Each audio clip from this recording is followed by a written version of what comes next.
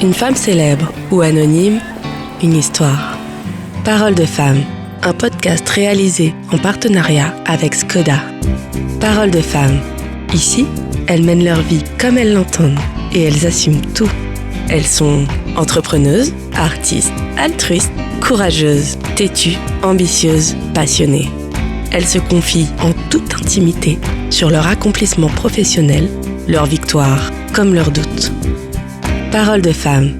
Léa Le Garec, vous avez fait des études touchant à l'immobilier, mais c'est finalement au rythme du ballon rond que s'agence votre vie.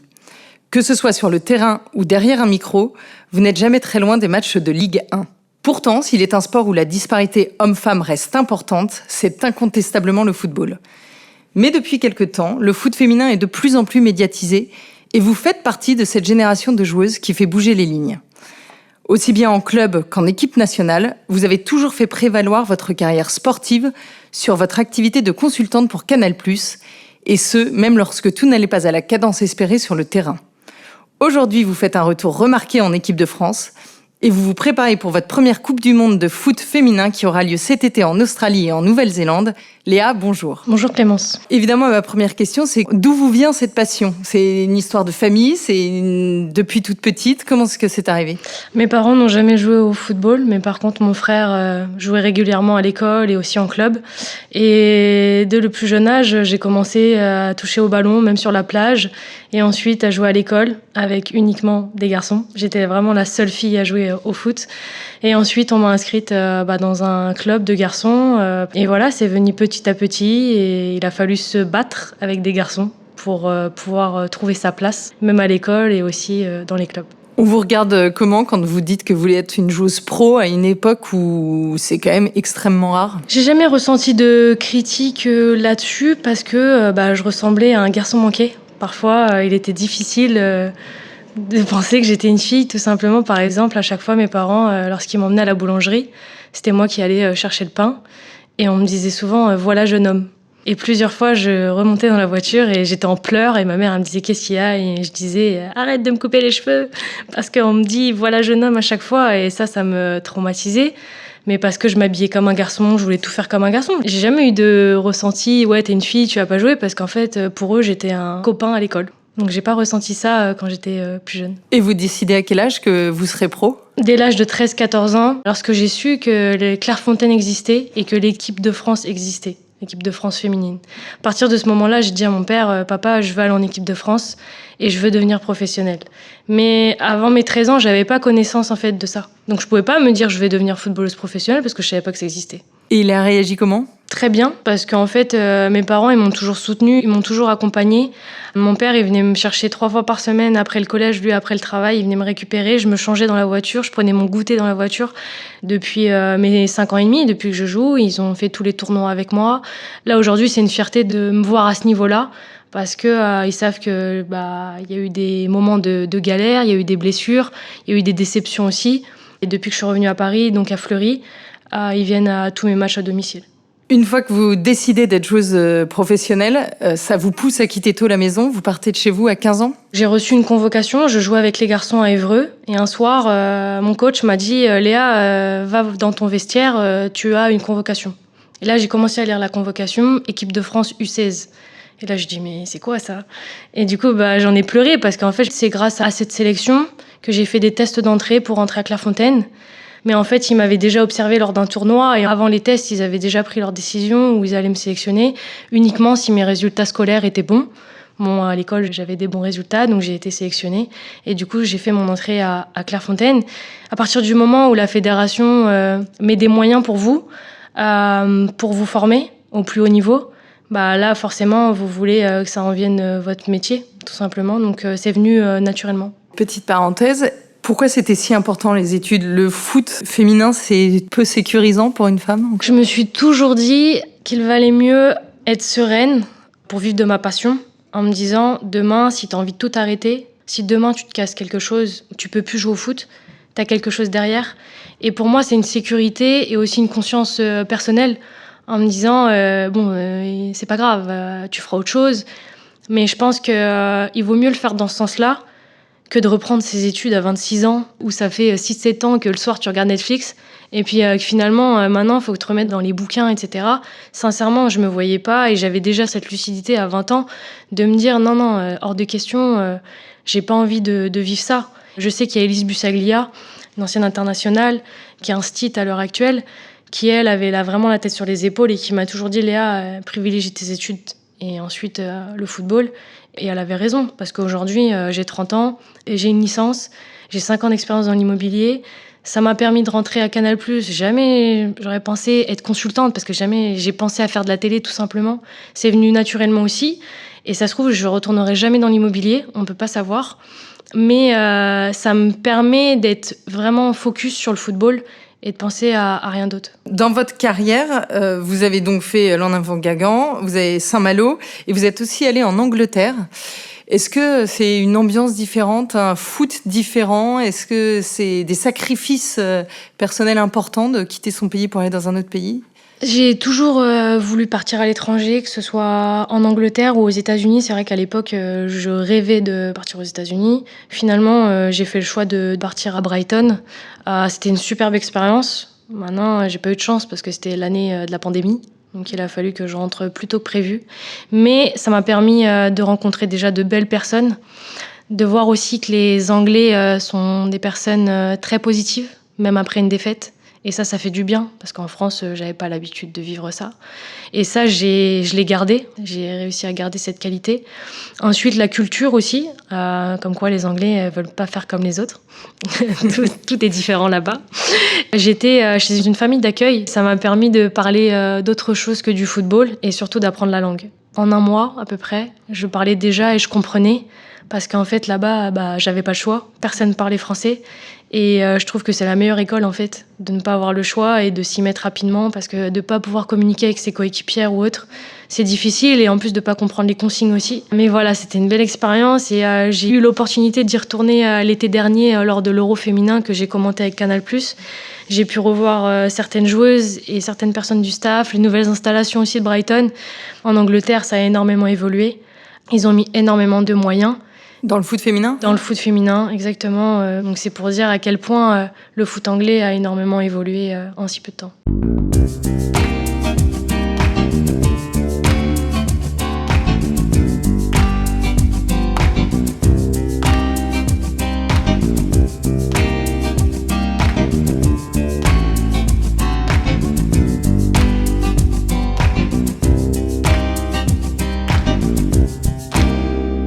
Comment on est perçu quand on dit que sa profession, c'est footballeuse ?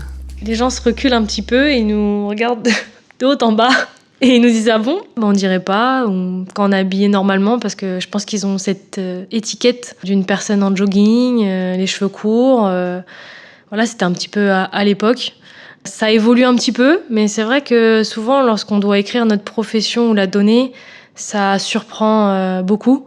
Et puis forcément, quand vous dites footballeuse professionnelle, ils pensent que vous gagnez énormément d'argent parce qu'ils pensent directement aux garçons. Certaines personnes sont lucides et disent « Ah ouais, mais bon, c'est dommage que vous ne gagnez pas la même chose. » Mais tout le temps, en fait, ils parlent d'argent. Chaque fois, ils parlent de ça. On en est où ? Ça a évolué depuis vos débuts ? Heureusement, d'ailleurs, on part de très loin d'ailleurs. Parce qu'à l'époque, nos matchs, ils n'étaient même pas diffusés. Donc mes premières années à Guingamp, mes parents, ils habitent proche de Paris. Ils ne voyaient jamais mes matchs. Jamais. Là, depuis 4 ans maintenant, Canal+ a acheté les droits avec la fédération, ils se sont mis d'accord. Et là, du coup, tous nos matchs sont diffusés. Mais même si nos matchs sont diffusés, je sais qu'il n'y a pas beaucoup de personnes qui regardent parce qu'en plus, c'est une chaîne qui est payante. Et il n'y a pas énormément de public non plus, de supporters au stade. On pensait qu'après la Coupe du Monde en 2019 en France, ça allait prendre de l'élan parce qu'il y avait quand même du monde.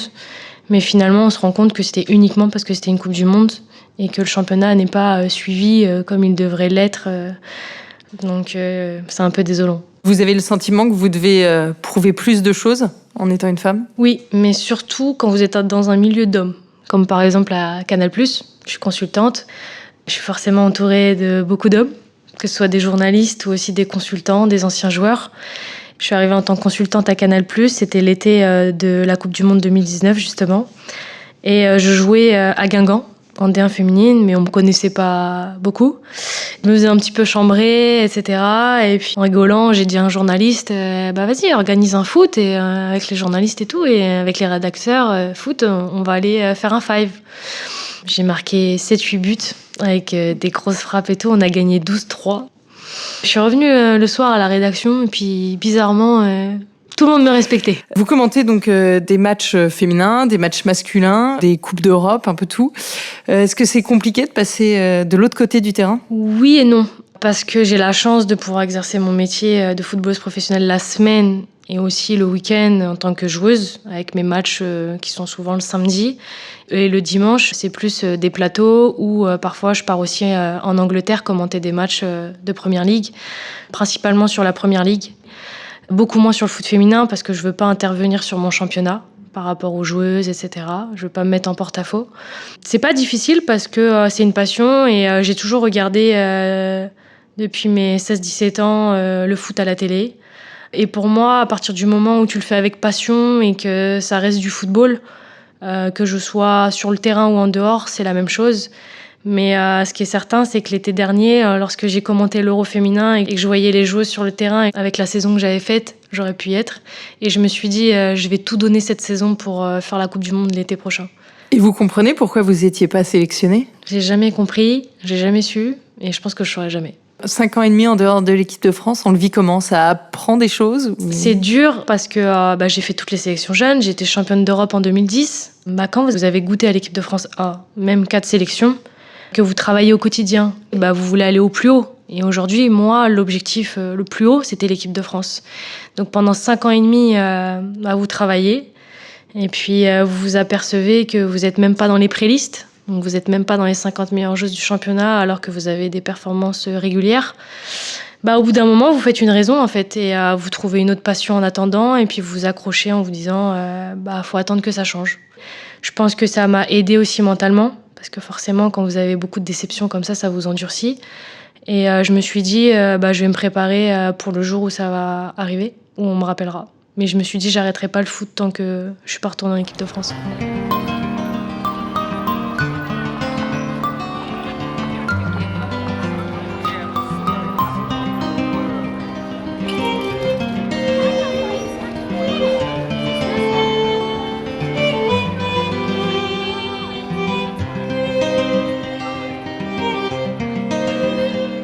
Donc la grande nouvelle tombe là cette année.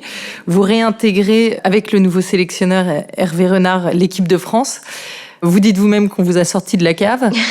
C'est lui qui le dit de vous. On va dire que ces derniers mois, c'est allé très vite parce que j'ai toujours eu en tête la Coupe du Monde. Par exemple, il y a quelques mois, je suis pendant un repas de famille avec mes frères, mon père et ma mère, et je vais avoir 30 ans cet été. Et mon frère me dit, en fait, t'as prévu quoi pour tes 30 ans ? Et je lui dis, je serai en Australie, Nouvelle-Zélande. Mais je lui ai répondu comme ça, c'était au mois d'octobre. Et jamais j'aurais pensé que Corinne Diacre allait partir, etc. Et il me dit, t'y crois encore ? Je lui dis, mais bien sûr que j'y crois encore. Je trouve que cette anecdote, elle est belle parce que je me dis que j'ai toujours cru au fond de moi et j'ai toujours dit à mon père, parce que mon père était tout le temps déçu quand la liste a sorti. Et au bout d'un moment, je dis, papa, je suis même pas dans la pré-liste, donc t'attends pas à ce que je sois dans la liste, hein. Elle va pas se réveiller en pleine nuit et dire, tiens, je vais prendre Léa Le Garrec. Quand il y a eu les bruits, Wendy Renard, etc., j'ai reçu plein de messages. Ils m'ont dit, allez Léa, c'est ton moment. Ensuite, il y a eu Hervé Renard. Et moi, j'ai continué à rester sérieuse, à me donner au maximum à chaque match que je jouais, parce que je me disais, si Hervé Renard il regarde mes matchs, il faut vraiment qu'il voit mes qualités. J'ai regardé la conférence de presse avec 2 collègues de mon équipe, et puis j'ai pleuré, on a pleuré d'ailleurs, on a toutes pleuré, parce que j'étais cette fois-ci de retour dans la pré-liste. Donc c'était déjà une bonne chose. De retour dans l'équipe de France, vous marquez tout de suite. Oui, il y a eu déjà un match contre la Colombie où j'étais remplaçante, je suis pas rentrée. Et puis il restait un match face au Canada. Il avait dit dans sa conférence de presse qu'il allait me donner ma chance. Donc je me suis dit, il reste un match, logiquement, ça va être là qu'il va falloir être prête. Et voilà, et la veille, il est venu me parler en me disant, si j'ai besoin de toi, je ferai appel à toi demain, etc. Et je lui ai dit, aucun problème, je donnerai mon maximum. Je suis rentrée sur le terrain, on m'a dit ensuite, on aurait dit un enfant qui sort de prison. Et c'est vrai que j'ai vraiment couru partout, j'ai donné mon maximum pour l'équipe, et puis j'ai eu la chance, après un bon pressing de Jenny Le Sommer, de marquer un très beau but. avec ce lobe. Voilà, c'était une joie, je pense, qui a été énormément partagée avec les supporters. Et je sais que même à travers la télé, il y a beaucoup de gens qui m'ont dit que je les avais fait pleurer. Donc c'est bien parce qu'il y a des gens qui m'ont soutenu pendant toutes ces années. Et puis pour moi, c'était une récompense pour moi, pour mon club, pour toutes les personnes qui ont cru. Et aussi pour remercier Hervé Renard parce que sa première sélection, il m'a sélectionné directement. Est-ce que sur l'ensemble de votre carrière aujourd'hui, il y a un moment où vous avez douté, où vous avez eu envie d'abandonner ? Oui, souvent c'était dû à de l'injustice sur le terrain, de la méchanceté parfois des adversaires, des insultes de supporters ou l'arbitrage qui n'était pas juste. Et l'injustice, parfois, m'a déjà fait penser à arrêter le football. De quoi est-ce que vous êtes la plus fière sur votre parcours ? D'avoir porté le maillot de mon pays. Et votre plus gros défi ? D'être revenue en équipe de France après 5 ans et demi. Là, je pouvais pas dire mieux. Alors, j'allais vous demander quel est votre prochain Everest. Est-ce qu'il en reste un, maintenant que vous avez réintégré l'équipe de France ? Bah oui, la liste définitive pour la Coupe du Monde. La Coupe du Monde, pour moi, ça reste la plus grande compétition dans le foot. Ensuite, vous avez aussi la Ligue des Nations qui commence en septembre. Et ensuite, vous avez les Jeux Olympiques à Paris en 2024. Il y a quand même des belles échéances. Est-ce que vous avez un mantra qui vous guide au quotidien ? Carpe diem, profiter de la vie au max. Parce que je pars du principe que on travaille dur. Moi, je travaille quasiment parfois tous les jours. Et quand je peux couper... il faut profiter de la vie, que ce soit les voyages, profiter de sa famille. Souvent, je le dis à mes parents, de profiter, d'arrêter de mettre de l'argent de côté, ça sert à rien. Parce que si demain, il leur arrive quelque chose, je leur dis profitez, en fait, faites-vous plaisir.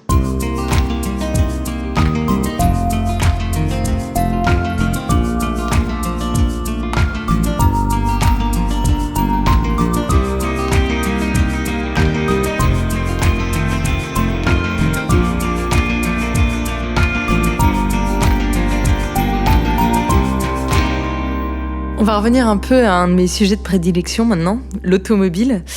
Est-ce que vous utilisez souvent la voiture ? Tout le temps. Je fais tout en voiture, j'aime pas les transports en commun, mais parce que je suis pas à l'aise dans les transports en commun. J'aime pas être oppressée et je trouve que dans ma voiture, je me sens bien. J'aime bien. Et justement, donc l'automobile est en pleine transition écologique. Est-ce que ça impacte votre quotidien ? Est-ce que vous êtes passé à l'hybride électrique ? Alors moi, là-dessus, c'est la voiture du club. Voiture de fonction. Donc, je m'adapte à ce qu'on me donne. Et pour l'instant, c'est une diesel. Tout bon. Est-ce qu'il y a un objet ou quelque chose qui ne vous quitte jamais quand vous prenez la voiture ? Le volant. Vaut mieux. Quel est votre meilleur souvenir en voiture ? D'avoir acheté à 19 ans ma première voiture toute seule, comme une grande, l'assurée. C'était une voiture en plus que j'avais toujours rêvé d'avoir. Et votre pire moment en voiture ? Je devais avoir 7-8 ans. On revenait de vacances. Sur la route, j'ai jeté mon chewing-gum par la fenêtre. Mes parents, bien sûr, n'étaient pas au courant parce qu'on n'avait pas le droit de jeter les choses par la fenêtre, mais je l'ai quand même fait. Et le chewing-gum, en fait, avec le vent, il a atterri sous mon siège, sous mes fesses. Et à 2-3 heures du matin, quand on est rentré à la maison, mon père, il m'a enlevé du siège. Il a vu que le chewing-gum était collé. Et j'ai pris très cher parce qu'en fait, le siège était mort. Alors finalement, au volant, vous êtes plutôt zen, énervé, vous chantez, vous écoutez de la musique ou des podcasts ? J'écoute la musique et je suis plutôt calme. J'ai appris à être calme. Il y a quelques années en arrière, j'étais quelqu'un un peu énervé. Et pourtant, on dit souvent que les Parisiens, ils klaxonnent, etc. Et comme moi, j'ai vécu en Bretagne, je suis restée zen. Et pour finir, comme le veut la tradition de Parole de Femme, on part en road trip. Léa, vous nous emmenez où ? Dans l'Ouest américain. Pourquoi ? J'y suis déjà allée et j'ai adoré parcourir tout ce qui est désert et surtout entendre le GPS et dire « Dans 132 km, tournez à gauche ». Et on rigolait à chaque fois avec mes amis parce qu'en fait, le GPS, il nous annonçait, on dit « On va s'endormir, tant de kilomètres comme ça, aller tout droit ». Et ça, c'était génial. Léa, au revoir et un grand merci pour ce moment sportif. Merci Clémence. C'était Parole de Femme, un podcast réalisé en partenariat avec Skoda. À chaque épisode, une femme célèbre ou anonyme, une histoire. Ici, elles mènent leur vie comme elles l'entendent et elles assument tout.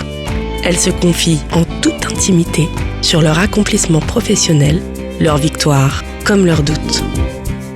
Parole de Femme.